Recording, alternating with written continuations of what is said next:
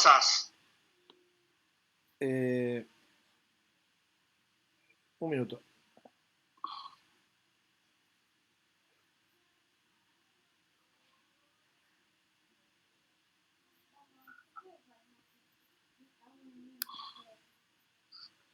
Bueno, estoy de nuevo como siempre, con nuestro invitado estrella, Miguel Campos. Hoy vamos a hablar de su libro, de su segunda edición de Monsanto. Me preguntaba por dónde lo pasás. Bueno, Argentina Productiva sale por Facebook Live ahora, en este momento. Además tiene entre 600 y 3.000 reproducciones por invitados y vamos más de 80 invitados. O sea, tiene más de 50.000 reproducciones, pero no sé por qué algunas entrevistas se reproducen muchísimo y otras poco. Todavía no detecté bien. A mí me parece que tiene que ver con este arte de las redes sociales y de la capacidad que algunos entrevistados tienen de darle difusión a sus propios contenidos. Porque la verdad todavía no entiendo por qué la entrevista que más se vio, que fue más de 30.000, perdón, más de 3.000 reproducciones, fue una entrevista de un médico que habla de cuidados paliativos. Un historiador tiene 1.500 reproducciones. El fabricante de la máquina que nosotros estamos promoviendo, la Bio 250, para fabricar biocombustible diésel desde el ricino, tuvo 1.000 y pico de reproducciones y no se entiende por qué. La fábrica está en un pueblo donde hay 4.000 personas. No sé, lo vio todo el pueblo. No sé cómo es esto. Pero bueno, gracias Miguel hoy vamos a hacer foco en tu libro. El jueves 25 del 6, 19 a 21 horas, vamos a sumarnos al Google Meet que propone el lanzamiento de esta presentación del libro de Miguel Campos, Monks Sancto. Monsanto. Estaba fácil porque es difícil de pronunciar. Bueno, quería empezar con algo que me encantó del libro y que tiene mucho que ver con este espíritu que le da Miguel a las cosas que hace, ¿no? Dice, es una síntesis quizás inicial en verso que él incorpora al libro y dice algo así como: quiero hoy contarles un verso para hacerla llevadera, una historia verdadera, que si bien afectó a todos, debimos pelearla solos. Aquí en tierra, perdón, Miguel, que acá se me abrió. Te quedaste congelado en un momento. Estabas Es poniendo y raro. estabas congelada. Sí, estaba bien. Viste, son esas cosas de la tecnología, tremendas cosas de la tecnología, ¿no? Que por nuestra edad nos cuesta un poquito más. Sí, puede ser. A mí lo que me cuesta más que nada es el cambio que tiene. Porque no tanto yo me acostumbro. Cuando más o menos me acostumbro, y eso tiene también que ver con mi personalidad y me gusta de alguna manera, Ya te cambió. me cambia todo, me cambian todo, es alucinante. No termino de adaptarme a un formato, lo que me costó aprender a usar este OBS, este producto para transmitir en estudio desde mi casa, y ahora ya me están diciendo que tengo que migrar a otra cosa, que tengo que hacerlo de otra manera, que tengo que tener fondos dinámicos, que está estático. A mí al principio me parecía la CNN, y hoy estoy desesperado porque me están diciendo que le falta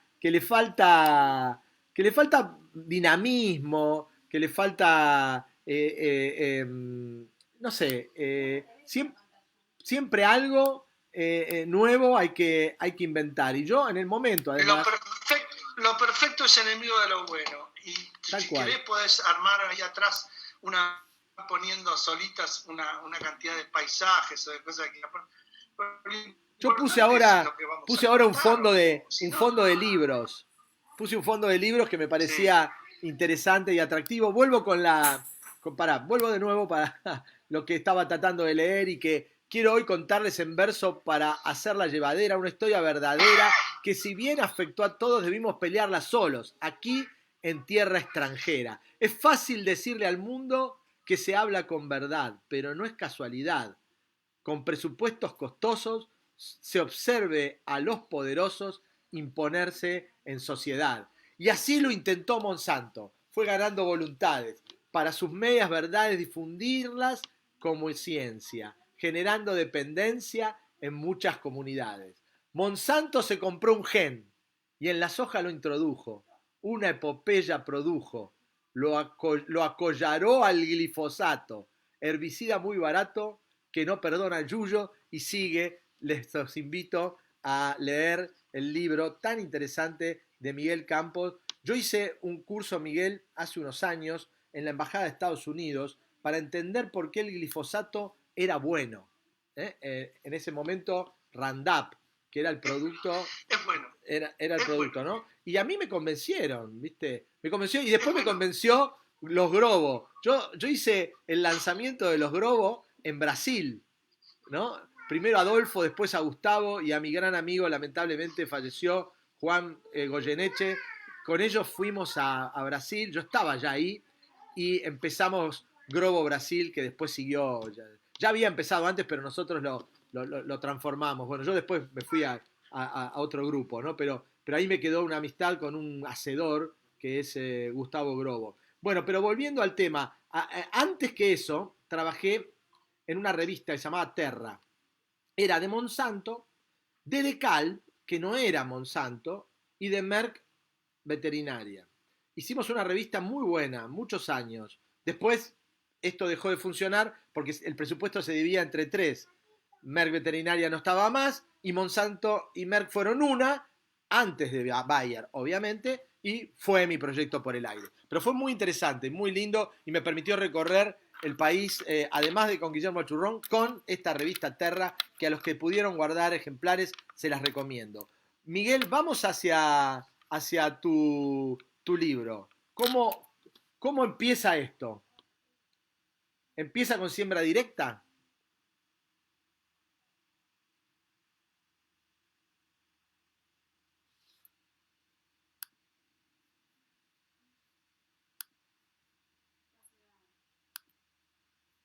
Miguel.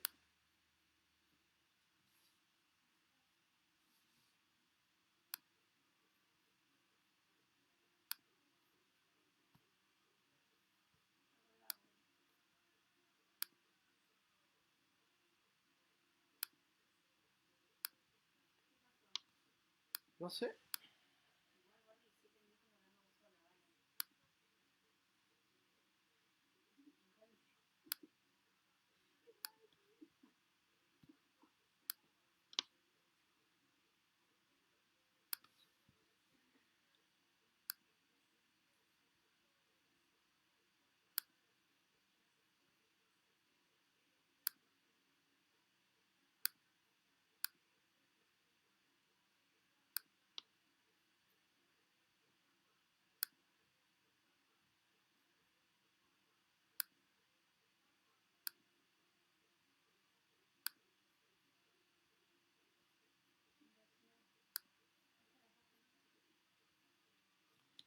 Bueno, estoy intentando transmitir. Voy a controlar a ver si estoy transmitiendo en vivo o no. Voy a volver a llamar a Miguel Campos. Esta tecnología que me juega una mala pasada, ¿no? A ver, vamos de nuevo acá.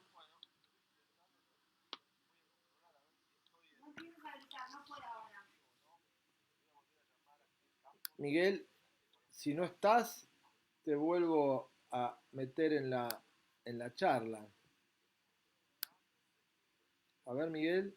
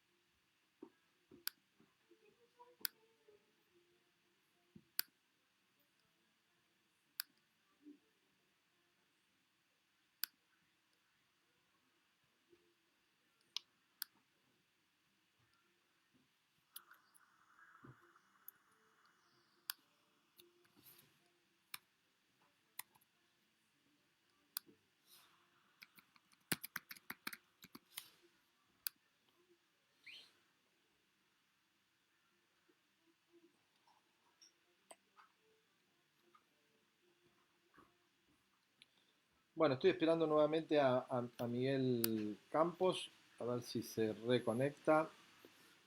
eh, esta,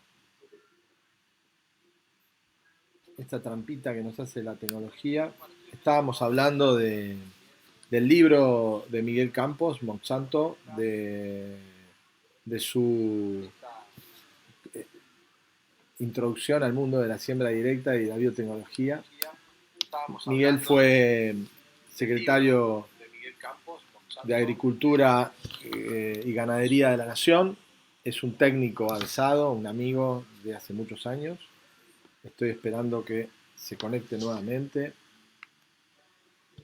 A ver, Miguel.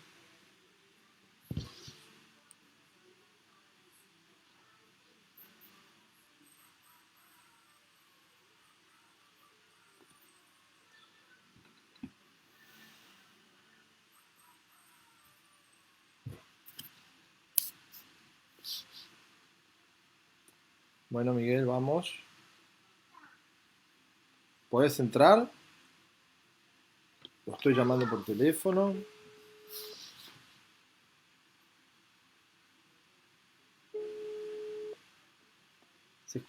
Estoy intentando reconectar con Miguel. Ahí vamos de nuevo.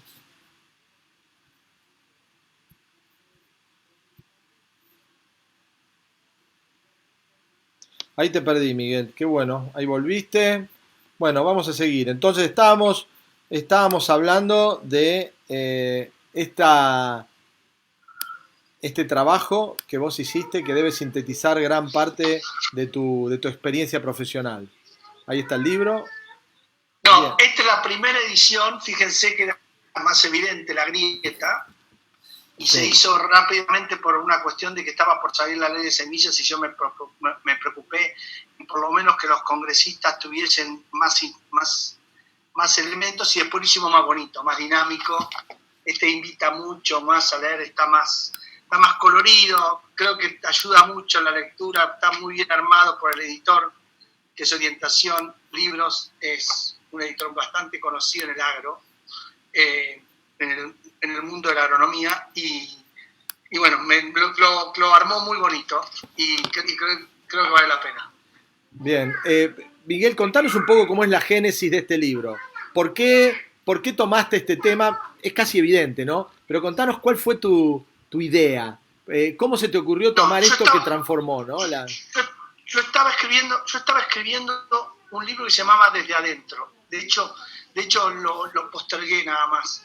Era un libro desde adentro que tenía que ver con un libro de introspección de la vida de uno, pero desde adentro porque también me tocó vivir 15, 20 años en el sector público, contando los 8 años de la Consejería Agrícola, empezaba con mis estudios de posgrado, Costa Rica, el cambio de paradigma que me tocó en mi vida, encontrarme con ex sandinistas y ex contra en el mismo ámbito de estudio, un ámbito de estudio muy sofisticado para lo que es Centroamérica, y después me di cuenta que aún más sofisticado al llegar a hacer el doctorado de Estados Unidos, donde yo había llegado de una maestría teóricamente en Costa Rica, y decían de dónde viene y la verdad es que en muy poco tiempo yo pasé a ser parte casi del equipo de los escritores de paper de mis profesores en el doctorado, pero era por la base buena que tenía obviamente Argentina y de la maestría en Costa Rica. Empecé a escribir un libro que tenía que ver más con la vivencia obviamente interna de todos estos cambios, pero de lo que ocurre en el sector público, el continuo dilema que tenés como persona y como siempre respondiendo a alguien que procura por ahí intereses políticos, y tu choque con tu base técnica, que en mi caso es posiblemente mucho más fuerte que mi base política. Entonces, continuamente estoy tratando de plantear lo técnico antes que lo político, independientemente del partido o de la ideología que se trate. Un poco estaba contando eso, me junté con un profesor a quien vos conocés también, pues fue nuestro profesor de literatura en el colegio, Jesús López, que lo tuviste vos también, un erudito de la literatura argentina, es un analista profundo de Cortázar y Borges, nada más y nada menos, y entonces estábamos escribiendo los capítulos, y cuando llegamos al capítulo que me tocaba de Monsanto, me dijo: Miguel, empezamos a armarlo, a hacíamos en cada uno de los capítulos, me dijo, mirá, esto amerita un libro. Yo le conté un poco en qué estaba la coyuntura del análisis de una nueva ley de semillas y me dijo, no, es el momento para hacerlo, pongámonos fuerte y lo sacamos. Entonces, bueno, ahí está, empezamos. Y la verdad es que yo lo tenía que contar porque si no me sentía cómplice de algo que pasó muy feo en la Argentina, que fue cuando nos paraban los bancos. El origen de todo esto es cuando Monsanto me empieza a presionar por querer cobrar unas regalías de una patente que no tenía en la Argentina. Entonces pretendía que los productores le paguen una patente por la soja cuando habían perdido la patente del glifosato, un excelente producto, pero que al perder market share, participación en el mercado porque aparecen los glifosatos de China y de Atanor, empieza a preocuparse. Entonces se me murió mi gallina de huevo de oro, que era el glifosato, el Roundup, tengo que cobrar por otro lado. Entonces pretendía cobrar por una semilla que ya estaba en la Argentina desde hace años. Para que la gente entienda, entonces, había que conseguir que una semilla, en este caso la soja, pudiera sembrarse y con un líquido que se le echaba matar a todo tipo de plaga, maleza, lo que fuera alrededor, y la única semilla que crecía porque tenía adentro esa información genética de resistir era esta planta de soja. Y ahí vos tirabas en el patio de tu casa una semilla y crecía, ¿no? Más o menos así. Pero todavía para explicar un poco más la importancia de ese paradigma, la soja era hasta ese momento uno de los cultivos más caros del mundo. O sea, era muy difícil, muy caro hacer soja. Tenías que poner como mínimo 2 herbicidas de presiembra, 2 de preemergencia, un escardillo y después otra vez producto porque competía muy mal con la maleza, principalmente con su peor enemigo, que era el sorgo de Alepo.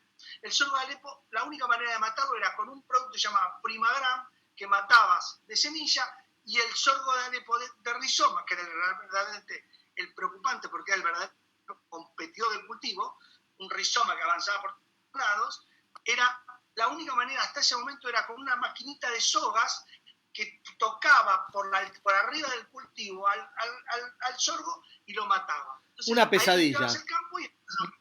Una pesadilla, carísimo. Cuando aparece el Roundup asociado a la semilla, y está en el libro, por eso tampoco entraré en tanto detalle, pero ¿qué pasa? Hacen un combo que transforma a la soja en el cultivo más barato del mundo. Bien. Barato, ¿Por qué, aún más barato que ¿por qué esto, Miguel, por qué esto sucede principalmente en Argentina y nos transformamos en el principal productor del mundo? ¿Por qué mientras mantuvo esta patente Monsanto antes de que cayera y que este Roundup empezó la gente a entender que se llamaba glifosato y que lo podía comprar cualquier persona en China o en lugares más baratos, pero después de la patente caída, ¿por qué se eligió Argentina y por qué ellos no consolidaron bien la patente en Argentina para poder cobrarle a los productores?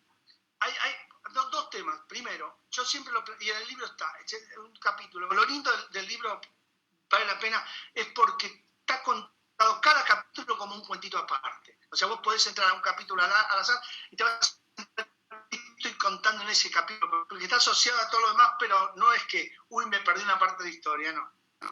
En este capítulo justamente cuento el trípode tecnológico que significó la Argentina. ¿Cuál era ese trípode? El trípode tenía que ver con que en la medida que fueron avanzando el cultivo de soja como cultivo, aunque caro, pero una alternativa al maíz, una alternativa de cultivo de verano, que era interesante, girasol, empieza a aparecer la soja, empiezan a desarrollarse un sinnúmero de variedades. Tan es así que cuando se plantea el inicio de la transgénesis, Argentina tenía 200 variedades de soja. Esas 200 variedades de soja se distribuían en prácticamente todo el territorio, van de grupos muy cortos que se podían plantar al sur de Buenos Aires, como grupos muy largos, de ciclos muy largos que se podían plantar en el norte argentino. Esa gran variabilidad, al aparecer la posibilidad de meter un gen resistente al glifosato, lo único que tuvo que hacer Monsanto fue licenciar con cada uno de esas variedades, los dueños de esa variedad, para colocar el gen. Ahí automáticamente generó una dependencia tecnológica entre lo que es semilla y herbicida. Hasta ese momento, el único herbicida es Roundup. Entonces, en el mercado, aunque ya había perdido la patente, todavía seguía siendo el 100% del dueño del mercado de Roundup. ¿Qué hizo? Licenció las semillas, las dio muy baratas. ¿Para qué? Para que todo el mundo tuviese soja transgénica. Cuando la quiere patentar, cuando ya había iniciado el proceso de patente y le llega el momento de la patente, aun cuando no se podía patentar en Argentina, no se pueden patentar organismos vivos, el gran problema que tenía es que ya prácticamente el 100% del país tenía soja transgénica. Entonces, ¿qué novedad podés plantear a la hora de que todo el mundo la esté usando? Es como que yo te diga, señor, voy a patentar la bicicleta. Pero hace 1000 años que todo el mundo usa bicicleta. Sí, pero el inventor soy yo. Sí, pero ya todo el mundo la conoce, señor. Bueno, era lo mismo. Exactamente. El otro gran sustento de esto fue la siembra directa. Al tener esa y ya venir pensando en la labranza cero y en trabajar en siembra directa, el hecho de tener una maquinaria argentina, una tecnología argentina de siembra directa como la que teníamos, generó el trípode perfecto de la genética, variabilidad genética, incorporación de un herbicida no sistémico que hacía al cultivo de soja prácticamente único y todo lo que tiene que ver con siembra directa. Entonces, maquinaria y genética y diversidad biológica fueron los que permitieron avanzar en este juego. ¿Por qué Argentina? Bueno, justamente porque Argentina es uno de los primeros países que empieza a trabajar muy fuerte con el tema de labranza cero y siembra directa a través de APRESID, unos visionarios en Fogante, y no me quiero olvidar, pero Fogante y Víctor Truco, que eran los grandes defensores y los grandes desarrolladores argentinos de lo que era la siembra directa. Ojo, este gran éxito se transforma, también lo dice, todo gran éxito viene asociado a grandes ventajas, pero también a algunas desventajas. La gran desventaja fue que estaba tan copado, todo el mundo en un momento dice la poesía, para algunos iluminados era perfecto, es que no pensaron que esto iba a llevar al monocultivo. O sea, un cultivo barato, fácil de hacer, con todo solucionado, con un solo herbicida baratísimo, y vamos con soja. Y olvidemos el maíz, vamos con soja. Y vamos con soja, y vamos con soja, y vamos con soja. El problema de soja no es que... El problema es que alguna maleza se escapa. Y esa maleza que se escapa deja hijos, semillas. Y esas semillas ya nacen resistentes. Y después aparece otra variedad. Entonces empiezan a aparecer un sinnúmero de malezas resistentes al glifosato. ¿Por qué? Porque ellos no visualizaron que hubiesen trabajado de entrada con una mezcla de herbicidas, perdiendo un poquito de plata o dejando de ganar un poco de plata, y hoy sería otro el juego. Pero no, siguieron, y entonces lo que dicen en un momento, evolucionaron las malezas. Y nos encontramos con un problema nuevo, evolucionan y resisten de nuevo el glifosato. Entonces tengo que volver a buscar hermanitos, tengo que volver a los 4D, tengo que tengo que volver a la tracina, herbicidas que ya hemos dejado por ahí Miguel me dispara dos grandes curiosidades que son también mi discusión que tengo con la gente del agro, ¿no? A pesar de haber estado vinculado, involucrado tanto tiempo, no me siento un tipo de campo, soy un observador, ¿no? Ahí me despiertan dos cosas. Yo entiendo que la agricultura es una forma de minería, se calientan conmigo cuando digo esto. ¿Pero por qué? Porque es genética, sol, agua y minerales. Lo que se llevan son minerales de la tierra, ¿no? Me putean cuando digo que es minería, me matan. Bueno, entonces vos empezaste a leer la poesía y en uno de los puntos justamente hablo de que si bien era verde, todo era verde, era un desierto, porque lo único que veías era soja.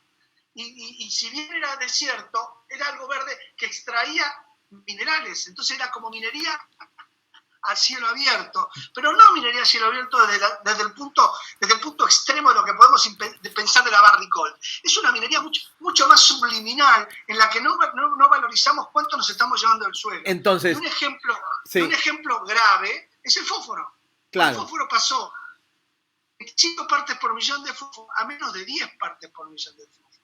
Y en un país donde no producimos fósforo, o sea, nosotros estamos exportando fósforo para importarlo para poder seguir produciendo. Para suplementar. Entonces, cuando el primer artículo que escribí de esto fue en Brasil, en una revista que era de un grupo empresario argentino en Brasil, llamada Noso Ambiente. Yo la editaba, era el editor y el director de la revista, y escribí este libro, y en esta nota, y en Brasil funcionó muy bien, porque tiene una conciencia ecológica distinta. Acá me puteaban totalmente. Entonces, este esquema de, primer espacio, ¿cómo hacemos para que se entienda que lo que se saca de mineral de alguna manera hay que devolvérselo? Ya sea con producto o con diferentes cultivos para mezclar, para combinar con algunos cultivos y que unos le vayan dejando lo que otros se llevan. Esa por un lado, ¿no? Sí, Guillermo, cuando uno alquila un departamento, ¿sí? Lo alquila en determinadas condiciones y lo único que dice, de las pocas cláusulas importantes que dice, me lo vas a devolver como lo encontraste. Claro. Si estaba pintado, devolverme lo pintado. Nadie se le ocurre, lamentablemente yo lo quise hacer cuando de poner cláusulas en las cláusulas de arrendamiento en donde sean, primero, arrendamientos largos y segundo, con una dotación de nutrientes que vos como lo entregaste lo tenés que devolver. Lo único que teníamos que hacer era un análisis previo y un análisis posterior. Señor, usted acá se llevó de mi campo tantas toneladas de mineral, de fósforo que me las tiene que devolver, o de azufre que me las tiene que devolver. Se define el inventario, como haces en un departamento amoblado, tengo tantas televisores, tantas mesas, tantas camas, me las devolvés tal cual están en las mismas condiciones. Simple como eso, no se quería hacer porque estaban de moda los pools de siembra, tus amigos, concretamente. Entonces, sí, ellos pasaban por el campo, sacaban los minerales y seguían en otro vecino. Y se iban a buscar otro campo. Exactamente. Claro. Exactamente. Entonces, eso por un lado, ¿no? Por un lado, y bien llevado por vos, y qué lógico sería. Lo que pasa es que cada día, como el impacto del valor de la tierra es menor, es otra de las cosas que la gente que no de ahí no lo conoce, cada día es más importante lo que le pones arriba a la tierra que lo que vale la tierra. Y los propietarios se van a vivir... Lo estamos manejando como un sostén al suelo, que claro, es el error, lo estamos manejando como un sostén. Entonces ya no me importa, pero la realidad es que si yo voy a alquilar un campo en Rojas todavía, tengo que pagar 18 quintales de soja. Y si lo alquilo a ese mismo un campo parecido en Entre Ríos para hacer soja, no paso de 10 quintales para alquilarlo. ¿Por qué? Porque hay un sustento mineral y estructural del suelo y de textura, distinto, sobre todo, que me aseguran rendimientos diferentes. Entonces, cuando la tierra tiene estas propiedades, no es la misma tierra, a pesar de que esté en el mismo lugar, ¿sí? Ok, eso es un tema. Y el otro tema que me surge también, y siempre fue algo, y en Brasil lo viví mucho más intensamente, es el tema de la modificación genética de una variedad o de una semilla. ¿Dónde está el fantasma? Que no se entendía muy bien porque nadie te lo explica. ¿Qué es lo que puede pasar? Porque a nadie le va... A ningún chancho le va a salir una quinta pata por alimentarse con soja. Ni a la gente que come chancho alimentado por soja le van a salir 3 ojos, ¿no? Entonces, ¿hasta dónde está instalado esto y por qué? Bueno, es todo, como todo. Lo que uno no conoce lo demonifica. De decir, no, acá hay gato encerrado. ¿Qué es la transgénesis? La transgénesis no es más que incorporar un gen que no estaba en el genoma de la planta. Pero si yo, vamos, como de la misma forma que las malezas ganaron resistencia al glifosato, si yo hago selección masal sobre plantas de soja, con el tiempo lo que voy a lograr es resistencia por selección al glifosato. Entonces lo podríamos lograr. Lo que pasa es que acorto mucho los tiempos, nada más. Entonces, el tema es que si yo hubiese llegado con una soja resistente a glifosato por selección masal, nadie podía decirme nada. Lo que pasa es que apareció por transgénesis. A ver, entonces, para que se entienda... Me va a salir una espina bífida. Para que se entienda. Entonces, vos podés agarrar... No, que vos podés agarrar un gatito, tiene gatito blanco con gatito blanco y sale un gatito blanco. Y después seguís juntando gatitos blancos. Y otra cosa es agarrar al gatito, inseminarlo con un gen reproductivo y que los gatos salgan todos blancos. Estás acortando los plazos, pero el resultado final sigue siendo el mismo. Sigue siendo el mismo. Yo lo que estoy cambiando es una proteína nomás, una secuencia de proteínas. Encima, cuando la coma, seguramente se transforme también en un aminoácido que va a ser absorbido de la misma manera que todos los proteínas. Los miedos que hay es cuando yo juego ya interespecíficamente, entrar en un juego que puede llegar a tener algún tipo de interacción adicional. Igual, de todas formas, hay un proceso para el aprovechamiento. Yo siempre insistí, y por eso siempre fui pro transgénesis, es que este era un proceso nada más que uno ganaba tiempo, y como tal no debería ser patentado. A ver si queda así, pero no puede ser patentado algo que está en la naturaleza y que es factible hacerlo en la naturaleza. La prueba está que la transgénesis que conocemos todos cuando hemos ido al sur son las gallas de los coligües que tienen es como esos cancros o como unos tumores que se hacen en las ramitas, que no es más que una asociación de agrobacterium, de una bacteria con el genoma de la planta, y se transforma. De ahí surge el proceso de transgénesis industrial. Nada más que copiar ese proceso, lo llevaron al laboratorio y transformaron el proceso en un proceso eficiente de transformación genética de plantas cultivables. Por eso tampoco es entendible, por lo menos ya entendible, que no debería ser patentado. Pero hay países que lo permiten. Cada uno. Yo trabajé en una compañía que tiene los dos eventos transgénicos argentinos, primeros. Uno animal y otro vegetal. Trabajé en Sidus con Argüelles, el primero hizo la vaca clonada, claro, y después la papa punta. Que yo le aprobé como secretario de Agricultura el rodeo de vacas transgénicas que producían somatotrofina humana. Entonces, es una vaca que... Fue con lo que se trató a Messi. Claro. Messi se lo trata con somatotrofina humana para su tratamiento de enanismo, y lo que pasa es que se producía con bacterias transgénicas. Lo que hizo Argüelles se fue a transformarlo, en realidad, con Lino Barañao, transformarlo a la vaca en una biofábrica de somatotrofina humana, que solo filtrando la leche obtenían, sin generarle ningún tipo de cambio adicional a la vaca. Eso es lo maravilloso. O sea, son cosas muy trascendentes, muy maravillosas, que vale la pena defender. Todavía mucho suero. Bueno, el biológico argentino hace lo mismo con caballos. Sí, bueno, pues fíjate, es un poco es usar al animal de forma amigable para que sea una biofábrica, mucho más barata que una biofábrica de bacterias, en donde yo tengo que tenerlas continuamente controladas, porque la bacteria Escherichia coli, nada más y nada menos, que tiene muchas cepas muy nocivas, la hemolisis, la famosa las hamburguesas. El síndrome es nada más que una Escherichia coli con de patogenicidad. Bueno, la Escherichia coli es la bacteria más usada para la obtención de este tipo de hormonas, hasta que de este tipo de biofábricas, hasta que aparece gente como Lino y Argüelles transformando animales grandes en biofábricas de productos muy valiosos, como es la hormona y la insulina. ¿Vos sabés que... Pero volviendo a la soja, sí, volvemos al mismo caso. Yo liberé uno de los primeros maíces stack en la Argentina, que era de Pioneer. Ellos no querían decir, para no pelearse con Monsanto, que no querían decir que eran una apilación de genes. ¿Por qué?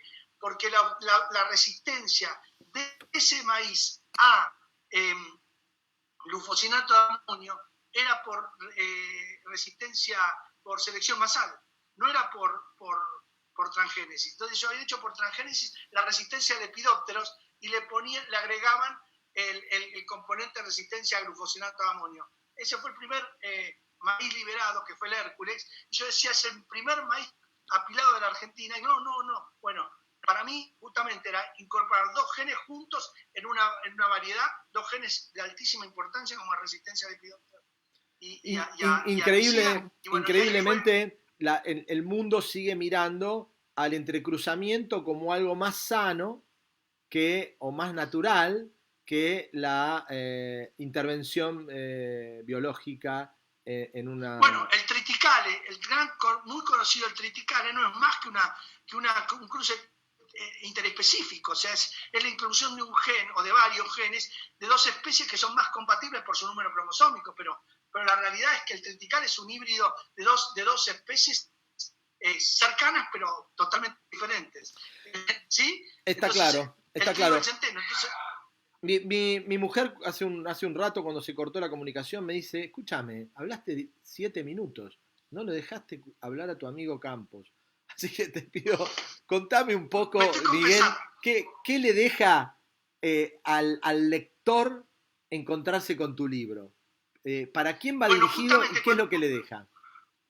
vos me dijiste que por qué lo escribí. Lo escribí porque primero porque estaba apurado, honestamente, cuando me planteó Jesús, el que me ayudó a escribirlo. Me planteó, Miguel, esto es una lindísima historia. Estábamos a punto de sacar, querían sacar la ley de semillas casi a imagen y semejanza de lo que pretendía Monsanto. Entonces yo dije, no puede ser que llegue una ley de semillas que completamente contra natura de lo que Argentina necesita en cuanto a obtentores, productores y consumidores, una ley que sea más ecuánime en cada uno de los usuarios. Entonces me parecía que valía la pena no solo contar la historia, pero para llegar a una propuesta necesitaba contar toda esta historia y llegar a una propuesta de una ley de semilla mucho más ecuánime, que honestamente podía ser cambiada con muy pocos párrafos, porque la ley de semilla argentina es muy buena.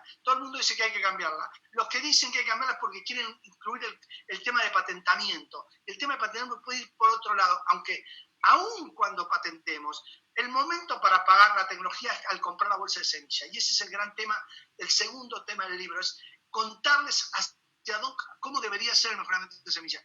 Y el tercer tema del libro tiene una propuesta hacia cómo seguimos en el nuevo paradigma. Ya justo vino la pandemia, pero coincidente con la pandemia sería el nuevo paradigma post-glifosato.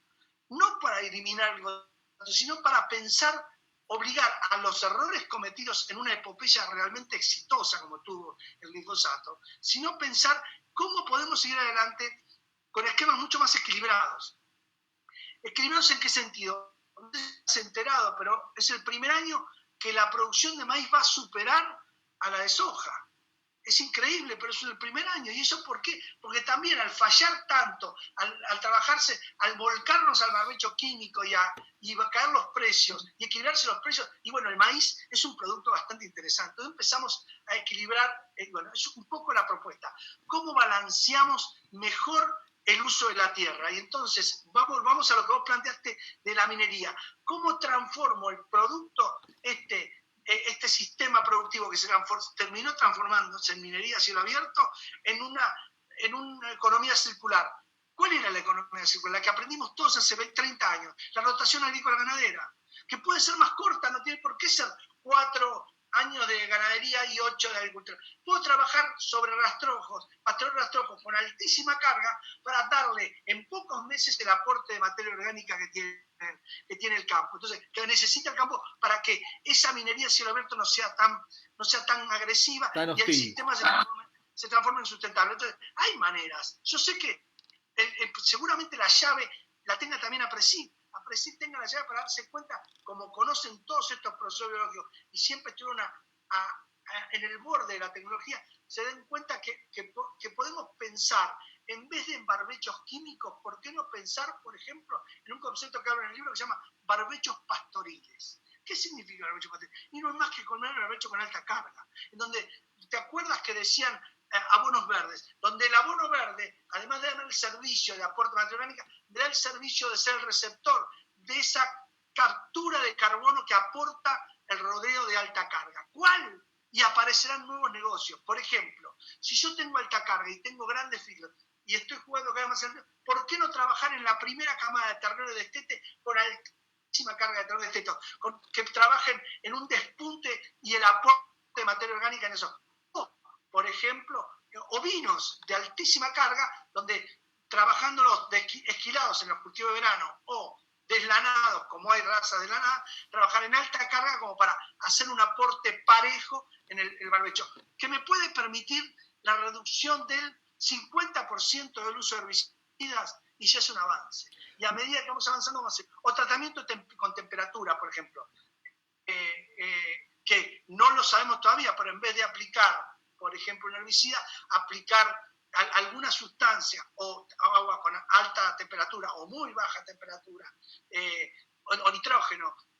Ahora estoy divagando con vos, pero esquemas que nos obliguen a pensar en cómo bajar el uso de herbicidas en un esquema mucho más amigable con el medio ambiente, en donde también el uso de herbicidas también nos obligue a repensar, por ejemplo, a estar atentos a que no nos ocurra de nuevo el aumento de resistencia, el desbalance nos lleva al monocultivo.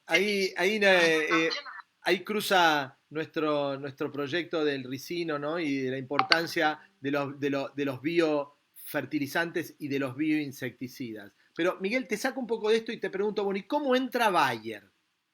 ¿Por qué? ¿Por qué Bayer?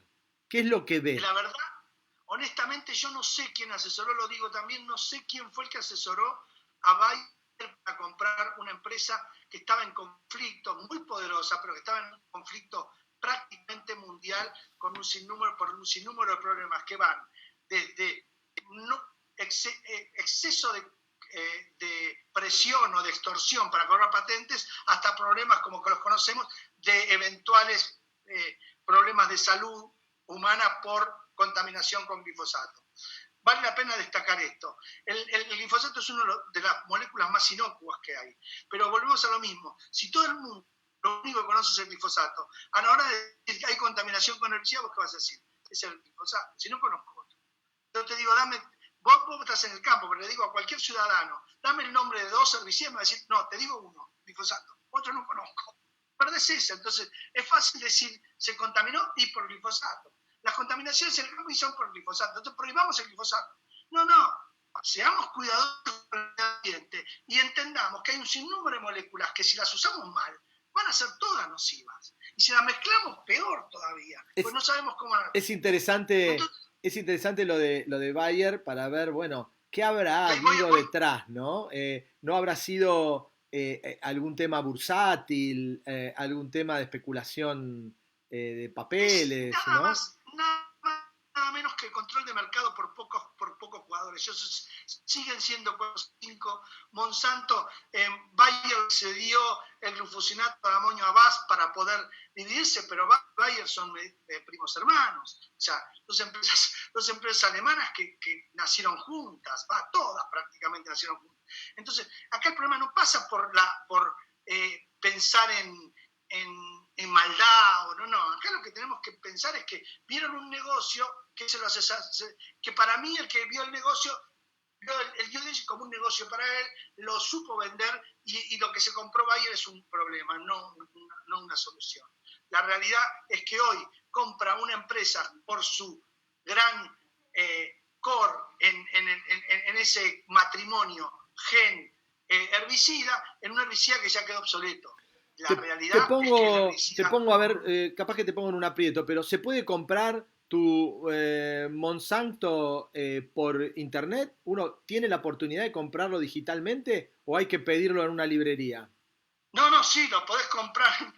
Lo podés comprar en Orientación Libros, www.orientacionlibros.com o a mí y próximamente en Amazon. Con una...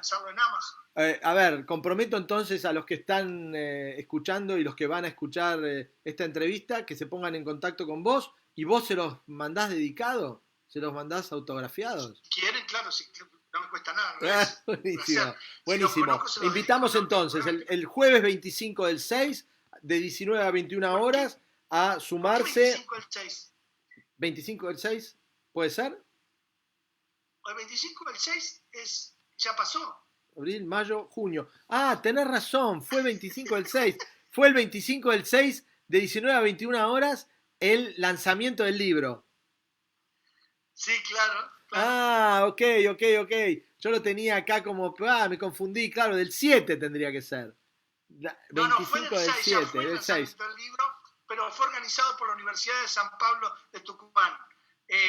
Ahí hicimos un Zoom, bastante gente bueno, la Universidad de San Pablo de Tucumán siempre está un poco en el borde de un montón de innovaciones. De hecho, son parte de los grandes productores de alcohol de la Argentina, primeros productores de alcohol de la Argentina, y tiene una universidad, que es la Universidad de San Pablo, que tiene varias áreas. Una es obviamente agricultura, ¿no? ¿Cómo se conectan Pero con bueno, vos, Miguel? Cómo se conectan contigo? ¿Cómo los... es por mail, msc.bionegocios@gmail.com. La Bueno, tenemos. lo Es- vamos a publicar la y dirección. si no, como se dice, por Twitter, mscampos60, Bien, que es @mscampos60, también por mensaje directo o por Instagram también, que es el mismo. MS Campos 60. 60. Buenísimo, buenísimo. Bueno, Miguel, muchísimas gracias. Gracias por Monsanto, gracias por ayudarnos, por seguir en Argentina Productiva. Mucho trabajo por delante y espero que podamos conseguir cumplir con este sueño en Argentina y no tengamos que llevar adelante esto en otros países, ¿no?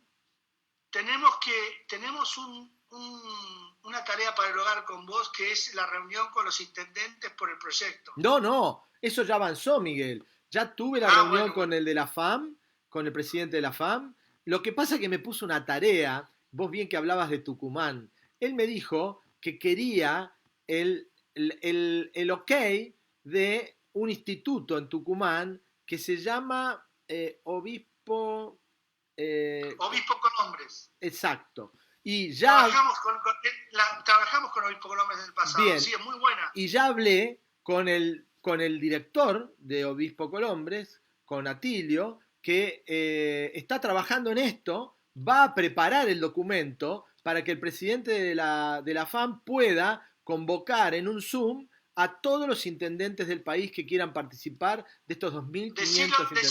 Tilio que yo estoy en el tema. Le Me va a dije, interesar. Miguel, le dije, yo siempre chapeo con vos. Le dije y está trabajando él y otro equipo de gente especialista en ricino que tiene el instituto, que me presentó. Ellos están trabajando en esto, así que vamos a tener rápidamente, se estiró un poco porque no me fue fácil, pero ellos quieren analizar el cultivo, quieren analizar la variedad y la máquina y están en eso para poder darle este documento, ¿no?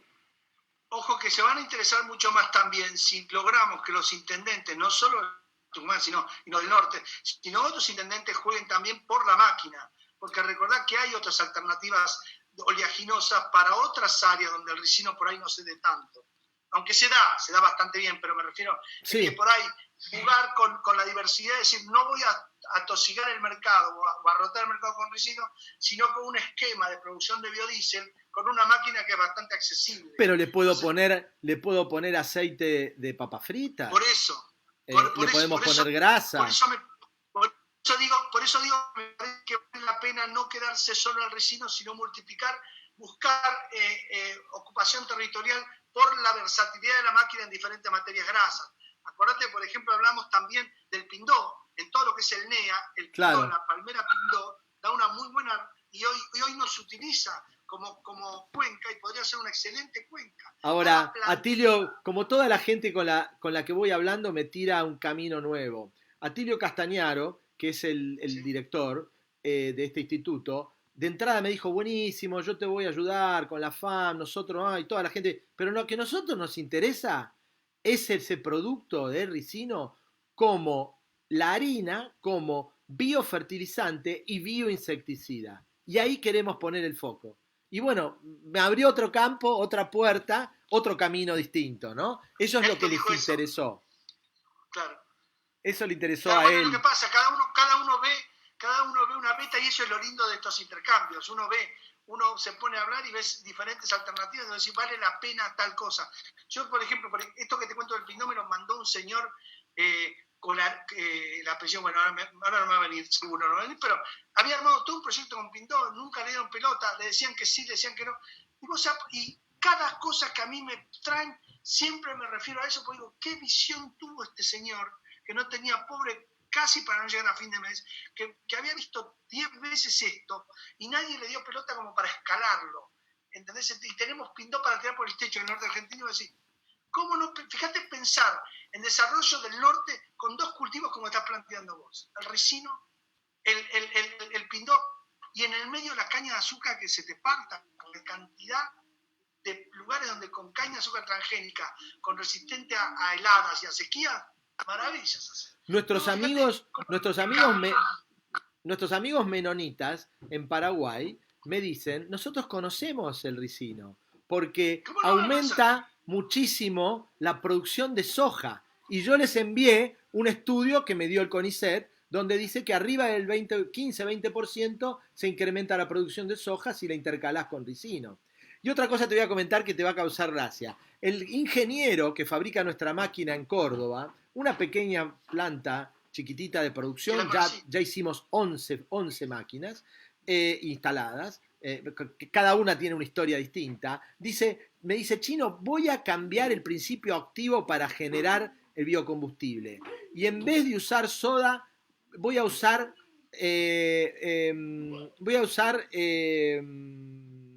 otro químico que es ¿cómo se llama?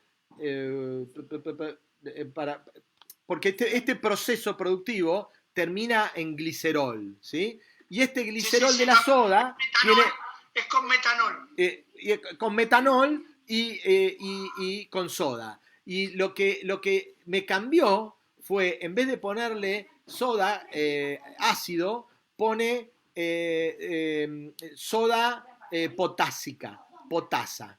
Y lo hace con potasa. Entonces, del aceite extrae todo el fósforo. ¿Y dónde va el fósforo? Al glicerol. Y con la soda potásica le manda potasio. Y ese glicerol, donde queríamos hacer nosotros una estufa para calentar grano, para calentar, dice no, granulémoslo y es un potente fertilizante que puede ser foliar o en la tierra, claro, porque tiene mucho fósforo y mucho potasio. Porque el aceite no tiene que tener fósforo. Claro. Tiene que tener 0,01, 0,1%, si no... Pero que él usa fosfato de sodio o fosfato de potasio. Fosfato de potasio en vez de fosfato de sodio, que no le agrega valor al glicerol. Así que, y vamos avanzando. Entonces, cómo esto se va transformando, ¿no? Y vamos innovando y creando esta máquina a la que le vamos a entregar nosotros este químico, el proceso productivo, y que devuelve el 100% de ese químico en este glicerol. Estaba viendo un colegio en Bali que me mandó un amigo, un compañero nuestro de colegio que vive allá hace muchos años, y que me decía que el colegio tenía una máquina parecida, que con eso le daban combustible al colectivo que iba a buscar a los chicos, y con el glicerol hacían glicerina y le vendían jabón a los mismos padres del colegio, en un ciclo productivo perfecto, ¿no? En un ciclo Campos. Si vos supieras las posibilidades que tiene el glicerol en el mercado hasta de hidrógeno, te impresionaría.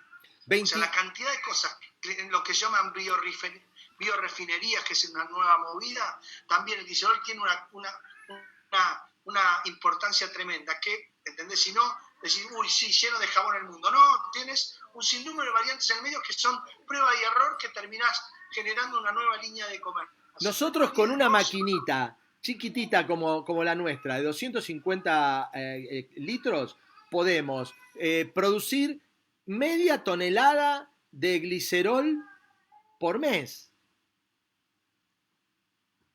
O sea, sí. Podemos hacerlo jabón o podemos llevar al glicerol a hacer glicerina, nitroglicerina o lo que sea, digamos, ¿no? Es un sinnúmero de variantes tremenda. La cantidad de variantes que hay con el glicerol son muy importantes. Te vuelvo a repetir, el glicerol entra en un concepto que viene, si querés, el gran mundo de los biocombustibles. Aparece el glicerol y se transforma esto en biocombustibles y esto entra a mover en lo que se llama biorefinería, que también es una herramienta poderosísima. Vuelvo a lo mismo, para una post-pandemia, pensar en la construcción de valor. Acordate cuando hablamos de microcuencas. Lo mismo, acá podemos pensar en microcuencas. La microcuenca es la herramienta más poderosa para generar arraigo. Cuando no necesitemos más que ir al centro para ir al banco a trabajar, sino todo sea por teletrabajo, yo esto lo puedo hacer en el medio de la pampa. Y en el medio de la pampa tener mi mi pequeño sector productivo donde hago diferentes actividades.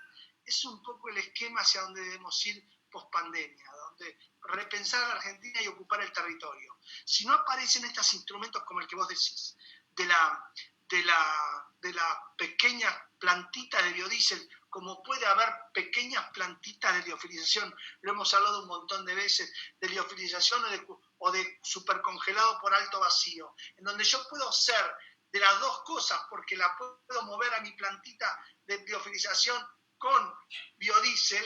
Fíjate cómo todo va cerrando y todo es factible, es perfectamente pensable, ciudades ya ubicadas, dispersas, autosustentables, desde la energía a lo alimenticio, o sea, el jardinero que tengo tiene familia en Corrientes, ¿no? Y él me dice, no sabés la cantidad de producto que cuando el precio no conviene nosotros tiramos. Toneladas. Clarísimo. Eso lo podríamos transformar cortándole la vida, la caducidad, podemos transformarlo en un producto liofilizado para que pueda venderse, estivarse, guardarse y venderse en el momento que sea más rentable, ¿no? En la horticultura se tira piso promedio, 40% de lo que producen. ¡Qué bestialidad! Eso es todo biomasa que se produjo, que se generó bajo el carbón, es carbono capturado, que transformó en energía, es compensación de emisiones, es plata, porque hoy vale bonos. Brasil ya lanzó sus bonos de carbono y nosotros todavía estamos en veremos. Es el próximo punto que tenemos que trabajar. Porque todo esto está asociado, está integrado si querés, en un hilo invisible que lo único que te permite unirlo es conocimiento. Nosotros creo que lo que estamos haciendo con estas reuniones es unir conocimiento, porque son diferentes variantes que estamos poniendo aparentemente a diferentes proyectos, porque están todos unidos, Guillermo, todos unidos. Gracias Miguel, vamos a seguir con todo, hay que ir para adelante, ponerle más esfuerzo que nunca, porque esta es una gran oportunidad, esta transformación, este empuje, ¿no? Dicen que una patada en el culo también te manda para adelante. Capaz que la pandemia es una patada en el culo, ¿no? Que te manda para adelante.